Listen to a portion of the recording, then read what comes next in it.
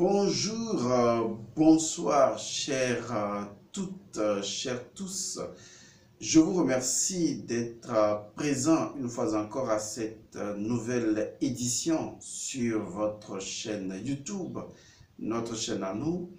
C'est toujours un plaisir renouvelé de vous retrouver une fois encore. Aujourd'hui, jour spécial, oui, on le dira, jour spécial, mais tous les jours sont spéciaux, même si aujourd'hui, particulièrement et personnellement, c'est un jour qui, bien vrai, qui concerne beaucoup de personnes, mais qui me concerne également en tant que personne, parmi d'autres personnes. Et en personnalisant cela, je me dis que ce jour me concerne particulièrement. Il s'agit donc du jour de mon anniversaire, ce 9 octobre 2020. Et dans ce 9 octobre, c'est un jour spécial, un jour de centration, un jour de concentration, un jour d'intériorisation, un jour de repense de ce que l'on est, de son incarnation, de ce que l'on a choisi de faire et de sa reconnexion avec la terre, avec le noyau de la terre, de son ancrage. Et donc, en ce jour particulier et spécial, je voudrais d'abord adresser à toutes les personnes qui me suivent sur cette chaîne et au-delà de cette chaîne, je vous adresse toutes mes bénédictions. Car il est important que celui qui fête son anniversaire accorde des bénédictions aux autres. Puisque ce jour est justement un jour très important où son âme, c'est-à-dire son être spirituel, décide de s'incarner et donc de venir avec toutes les bénédictions. C'est en ce moment-là que le portail du ciel s'ouvre. Et quand le portail s'ouvre, il n'y a pas qu'une âme qui vient, mais il y a également les bénédictions de la lumière céleste qui descendent du ciel vers la terre. C'est la raison pour laquelle un jour de naissance est un jour de bénédiction, un jour de prospérité, un jour d'amour, un jour de paix, sachant également que l'enfant qui vient au monde est le résultat du fruit, n'est-ce pas, de Osiris et de Isis. L'enfant qui vient est donc Horus, l'enfant qui vient, il est l'héritage de l'amour entre le yin et le yang. Il est le résultat de l'amour entre deux forces cosmiques universelles, le féminin sacré et le masculin sacré. Et donc, il est important de comprendre que ce jour, l'entité spirituelle qui arrive avec les bénédictions du ciel pour avoir ouvert les vannes du ciel, est en mesure de vous accorder les bénédictions. Avec amour, recevez toutes les bénédictions de l'être spirituel immortel que je suis.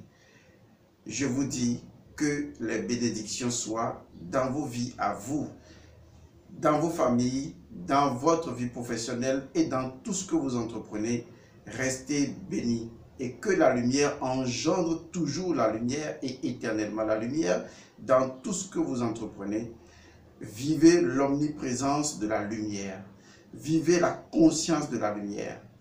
À partir de ce moment, vous comprendrez ce qu'est l'incarnation, le Verbe qui se fait chair. Chacun d'entre vous est le Verbe qui s'est fait chair à un moment donné. Et ce jour 9 octobre est le jour où moi la conscience transcendante et illimitée, décide ou a décidé de devenir chair, où le Verbe que je suis est devenu chair. Vous savez, cette histoire qui est liée à la Bible des chrétiens n'est pas une histoire liée à un individu, c'est une histoire liée à un personnage cosmique, c'est-à-dire à une divinité cosmique, et donc à Osiris ou à Christ, ce que vous voulez. Et donc, au-delà de ces personnages, il faut lire la symbolique qui est cachée derrière. Et la symbolique, c'est que chacun d'entre vous est le Verbe céleste. Chacun d'entre vous est le Verbe divin. Le Verbe, c'est la vibration. Vous êtes une vibration de la vibration divine. Vous voyez, je ne vais pas dire que vous êtes une partie de Dieu. Je vais dire que vous êtes une vibration de Dieu. Vous êtes une vibration de la vibration de l'unique sans second. Vous êtes la vibration qui émane de la vibration. Car la vibration génère la vibration. Et la vibration, c'est le Verbe en action. Et le Verbe, c'est la vie qui se fait sonore. C'est la vie qui vibre. Et quand la vie vibre, la vie génère le verbe et le verbe génère la vibration.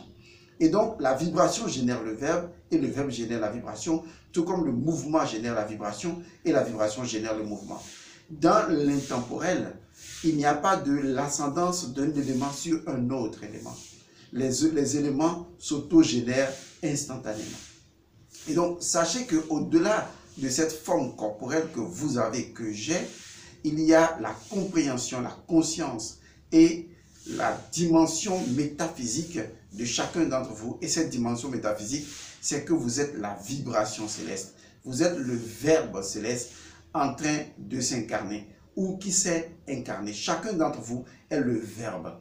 Il n'est pas un verbe céleste, il n'est pas une particule, non, il est le verbe céleste. Donc l'histoire vous revient. Et cette histoire, c'est que vous êtes le verbe qui s'est fait chair. Et c'est toute la complétude de la compréhension qui doit émaner de ce jour particulier. Et c'est ce que je vis. Et c'est ce que vous allez vivre à vos jours d'anniversaire. Et ça, c'est un élément fondamental. Parce que lorsque la conscience s'éveille ou dynamise une information, elle accroît la vibration. Parce que toutes les choses préexistantes dans la conscience se crée ce référentiel, et bien la conscience s'éveille par ce référentiel. Parce que la conscience a cette rotation et cette révolution en elle-même et autour d'elle-même pour générer encore et encore la conscience sur ce que vous savez que vous savez. Et ça, c'est ce que vous devez reconnaître aujourd'hui qui est très important pour vous. Et aujourd'hui, sachez que vous savez que vous êtes le verbe qui s'est fait chair et rien d'autre que cela. Et donc, vous êtes l'expérience de l'amour divin. Vous êtes l'expérience de la vie. C'est très fort ça. Vous êtes l'expérience de la vie. Vous n'êtes pas une expérience de la vie. Vous êtes l'expérience de la vie elle-même en expérimentation. Lorsque la vie décide de s'expérimenter, la vie étant une infinité de vie au sein de la vie, donc une infinité de vibrations au sein de la vibration de la vie, eh bien, vous êtes la vie en train de vibrer et de se manifester. Lorsque la vie vibre, générant ainsi le verbe, et que le verbe se densifie et crée une forme, ne regardez pas cette forme limitée. En fait, elle n'est limitée que par votre perception de ce qu'elle est en ce moment. Si vous la voyez illimitée, elle sera illimitée. Si vous la voyez limiter cette forme, elle sera limitée. Mais je vous invite donc à voir au-delà de la forme, qui n'est qu'un symbole. La vraie symbolique de cette forme, c'est que vous êtes l'incarnation du Verbe céleste. Vous êtes le Verbe qui s'est fait chair. Et ça, c'est le déclic le plus important qu'on puisse avoir le jour de son anniversaire. Et c'est la raison pour laquelle, en tant que Verbe céleste incarné, conscient de cette incarnation, conscient de cette transcendance, conscient de mon principe premier, je vous accorde amour et bénédiction à vous tous et à vos familles. Je crois que cela commence à se faire comprendre. Aujourd'hui, j'aimerais aborder avec vous une petite thématique. Je l'ai nommée tout simplement « Épouser le courant de la vie ». Vous savez, beaucoup de personnes n'épousent pas le courant de la vie. Nous résistons énormément à la vie. Nous résistons à la vie parce que nous avons des besoins et des désirs et nous pensons, à tort ou à raison, que la vie ne va pas toujours dans le sens de ce que nous voulons. Nous désirons une chose, nous voulons une chose, nous avons besoin d'une chose. Soit nous ne tenons pas compte du temps, soit nous avons notre temps à nous. Et à un moment donné, nous avons comme l'impression que la vie est contre nous. En fait, nous avons beaucoup d'expressions à cet effet. La vie est dure, la vie est difficile, la vie est un combat. Nous avons beaucoup d'expressions qui montrent simplement notre perception de la vie. Or, la perception que nous avons de la vie, c'est ce qui crée notre existence. Notre existence n'est qu'une perception. Lorsque vous percevez la vie d'une certaine manière, vous créez l'existence de cette vie-là. Mais la vie vous offre une infinité de possibilités et vous avez choisi de créer cette forme d'existence. Et pourtant, il y a une infinité d'existences au sein de la vie. Car la vie préexiste à l'existence. La vie est l'essence première à partir de laquelle l'existence et sa forme sont venues au monde. Et donc la vie, en tant qu'essence primordiale, en tant que cause première de toute chose, en tant que source de sa source, en tant que réalité suffisante à elle-même, le Al-Qayyum, eh bien, la vie, qui dans d'autres langues signifie Essor et Soda, c'est-à-dire celui qui se suffit ou la réalité qui se suffit à elle-même, eh bien, cette vie-là, si vous luttez contre elle, vous allez vivre deux choses. Vous allez subir deux choses fondamentalement négatives. Je dirais même trois, puisque la troisième chose n'est que la conséquence des deux premières choses. La première chose que vous allez subir lorsque vous allez à l'encontre du courant de la vie, c'est l'épuisement émotionnel, sous toutes ses formes. Vous imaginez jusqu'à quel point les gens sont émotionnellement épuisés. C'est comme s'ils se sont tellement battus.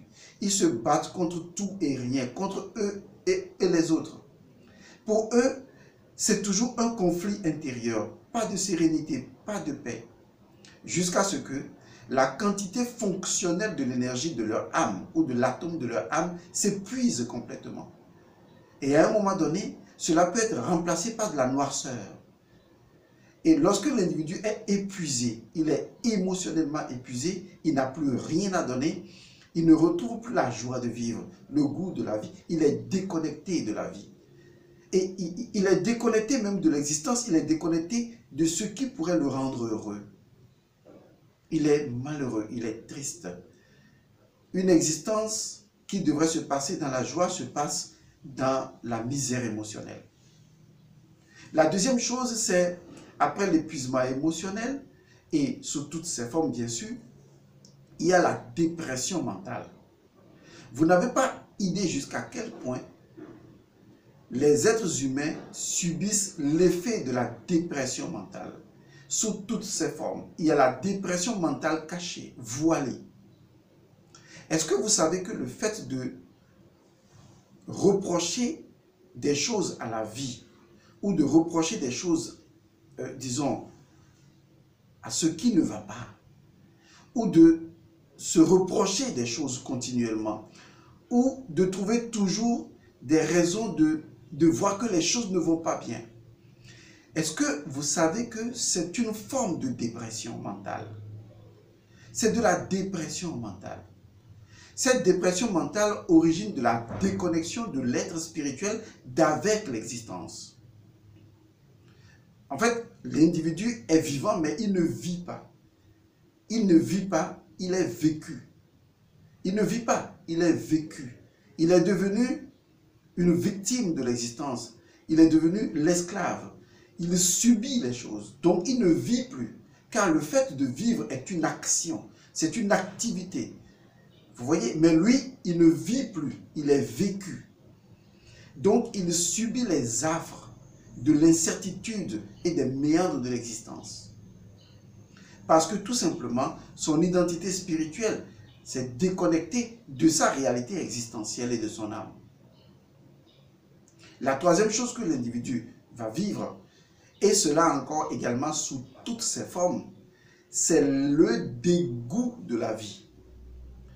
L'absence de goût qui va conduire au dégoût, même si les deux ne sont pas la même chose. Vous savez, aujourd'hui, beaucoup de personnes, et je vais vous donner un chiffre, plus de 90% des hommes et des femmes dans le monde entier vivent le dégoût de vivre. Ils sont dans le dégoût de vivre, mais ils ne le réalisent pas. Souvent, ils remplacent ce dégoût-là par des subterfuges de consommation de drogue, d'alcool, de cigarettes, ou même la passion pour une chose, ou le plaisir poussé à outrance, ou ne rechercher que le plaisir, ou retrouver un état d'ennui. Des personnes qui ne vivent pas tous les jours heureuses. Des personnes qui ont le sourire qui n'existe même pas dans le ventre. Le sourire a disparu. Vous savez, c'est très subtil le dégoût. Lorsque quelqu'un vous dégoûte, vous le ressentez tout de suite. Mais lorsque vous êtes dégoûté de la vie, vous n'en savez même rien, vous ne le reconnaissez même pas. On vous le dira, vous direz non, je veux juste ceci dans ma vie, c'est pourquoi. Mais vous n'avez pas le goût de la vie, vous n'avez pas l'appétit de la vie. Je ne dis pas le goût de l'existence, parce que l'existence ne s'appartient pas à elle-même. C'est la vie qui a donné naissance à l'existence, donc l'existence ne s'appartient pas. La vie s'appartient. Et donc, tant que vous n'avez pas l'appétit de la vie, en dehors même de l'existence, vous ne vivez pas, vous êtes vécu.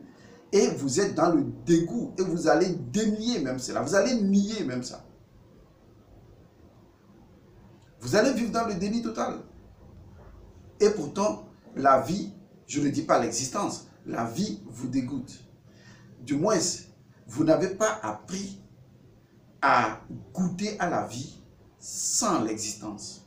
Pour vous, la vie et l'existence sont la même chose. C'est-à-dire que pour vous, si je dois être heureux ou si je dois être heureuse, cela doit être en relation avec une chose.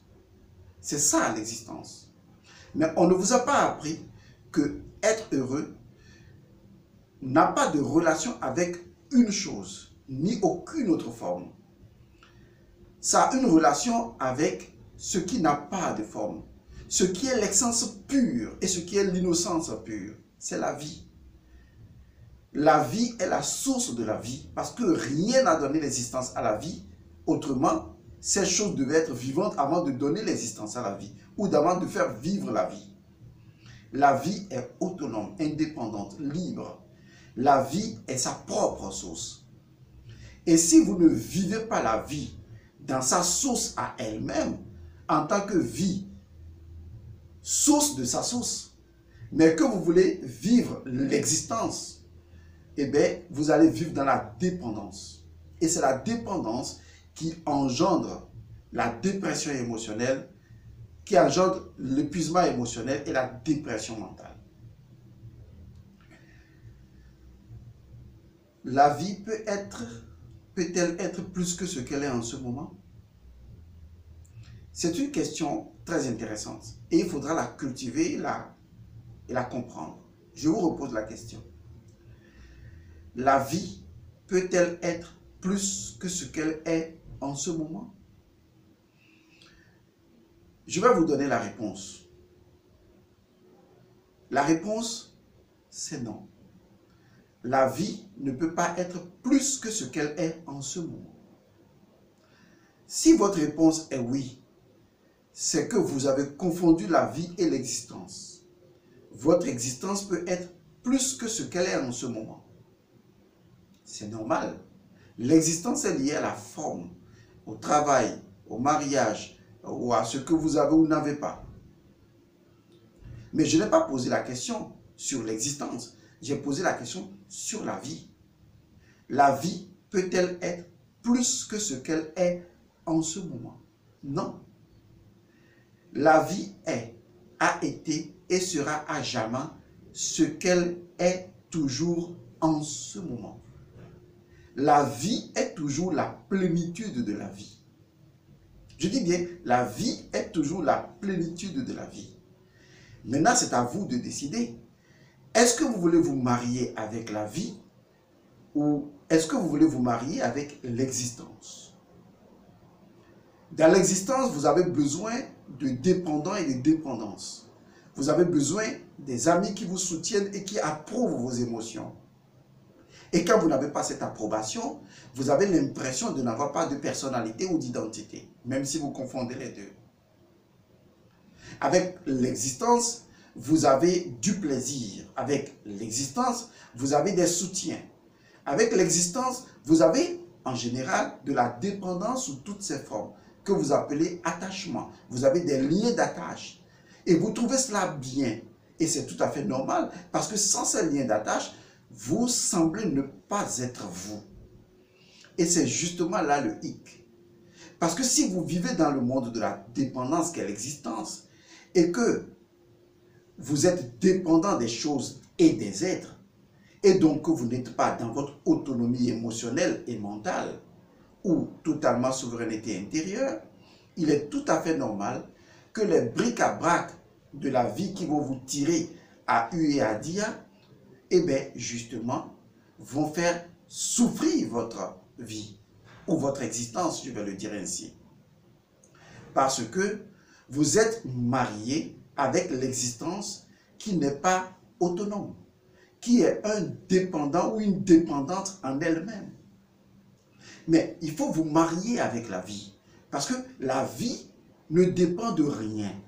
La vie appartient à elle-même, la vie s'appartient.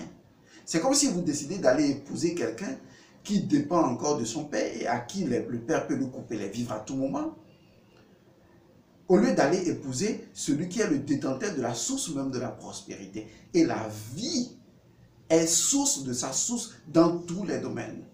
Donc, votre rôle à vous, ce n'est pas d'épouser l'existence, mais c'est d'épouser la vie. La vie informe, la vie sans forme, la vie au-delà de la forme, la vie transcendante, la vie qui n'a pas de corps, la vie illimitée, infinie, pure et parfaite.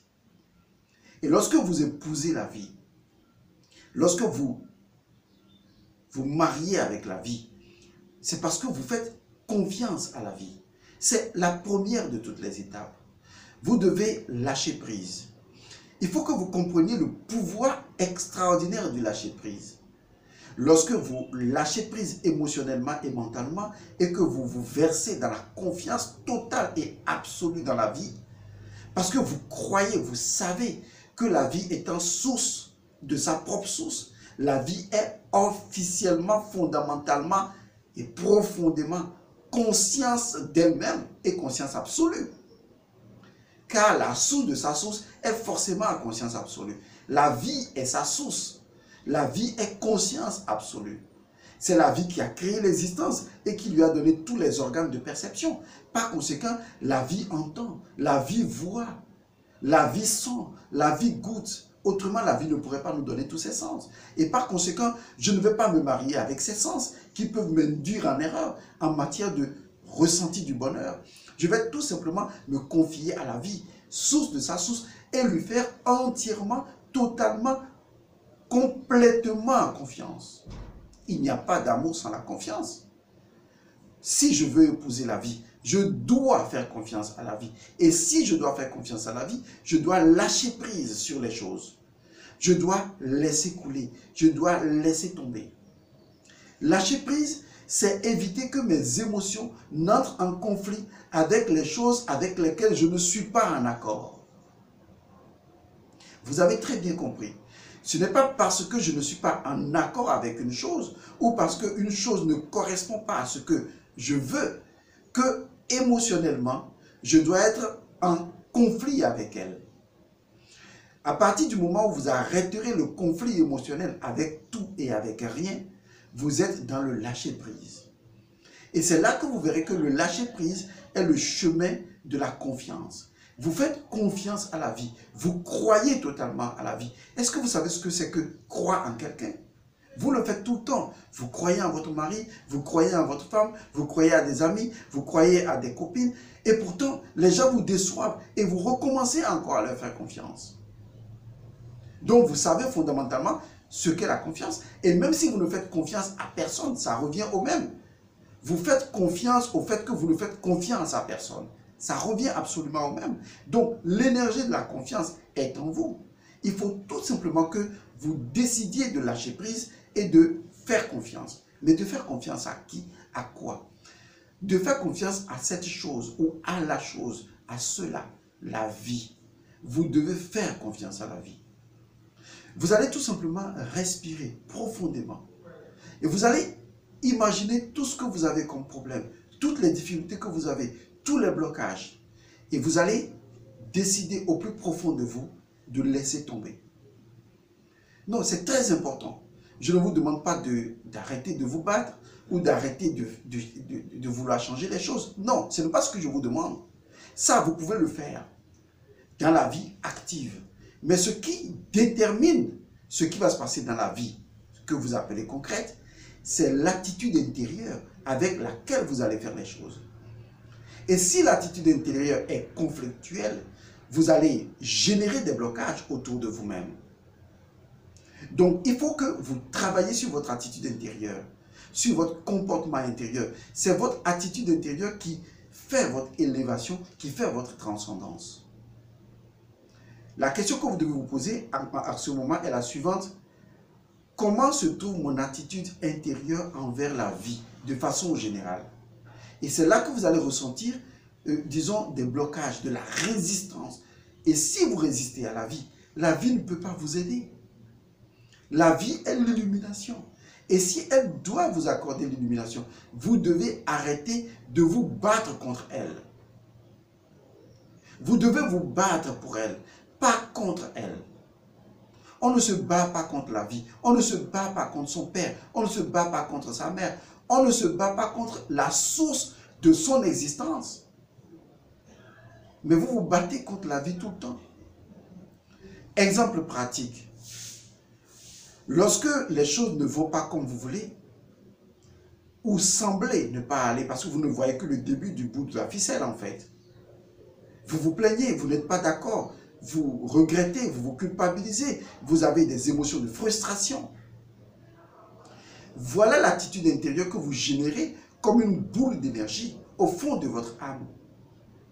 Et la vie vous regarde et la vie dit, mais pourquoi il fait ça? Pourquoi ne cesse-t-il pas de résister? Pourquoi une fois pour de bon ne regarde-t-il pas l'océan que je suis, moi la vie? Je suis l'océan de vie. Pourquoi ne se confie-t-il pas à mon courant pour que je le mène à bon port? Parce que je connais tous les chemins par lesquels je dois le faire passer. Il ne voit pas plus loin que le bout de son nez. Et pourtant, il veut quelque chose.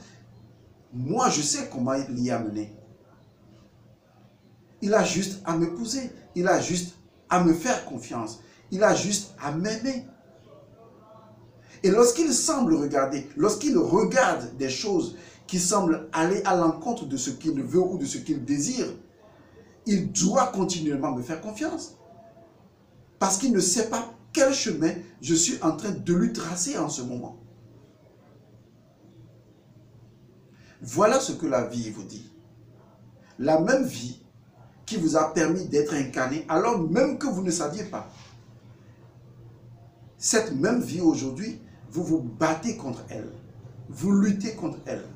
Vous luttez contre le courant. Avez-vous jamais vu un nageur lutter contre les vagues de la mer? Il finira par s'épuiser. Même les navires finissent par échouer.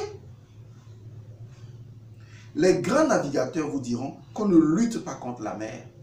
On épouse ses courants. Et la mer finit toujours par devenir une meilleure alliée. La vie est votre allié. La vie est si illimitée que vous n'avez aucun pouvoir de lutter contre elle.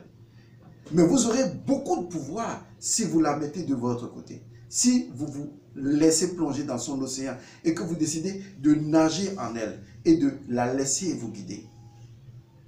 La vie, c'est la conscience suprême. La vie, c'est l'illumination totale.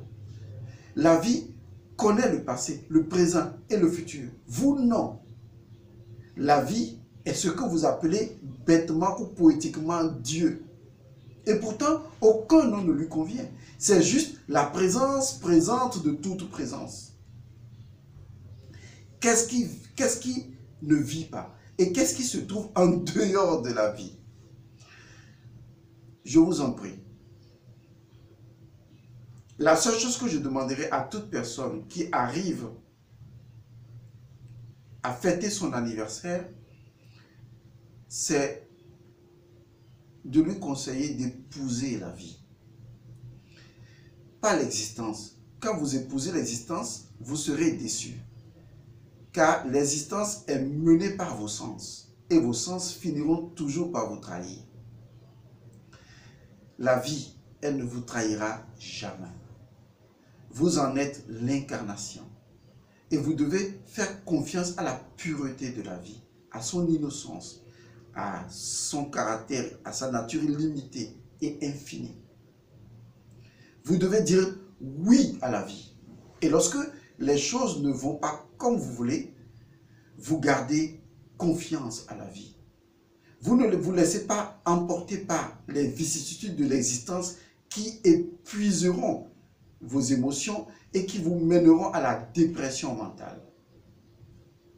Vous allez ouvrir les bras grandement et vous allez dire à la vie, oui à la vie, je suis prêt à t'épouser, je suis prêt à t'accepter.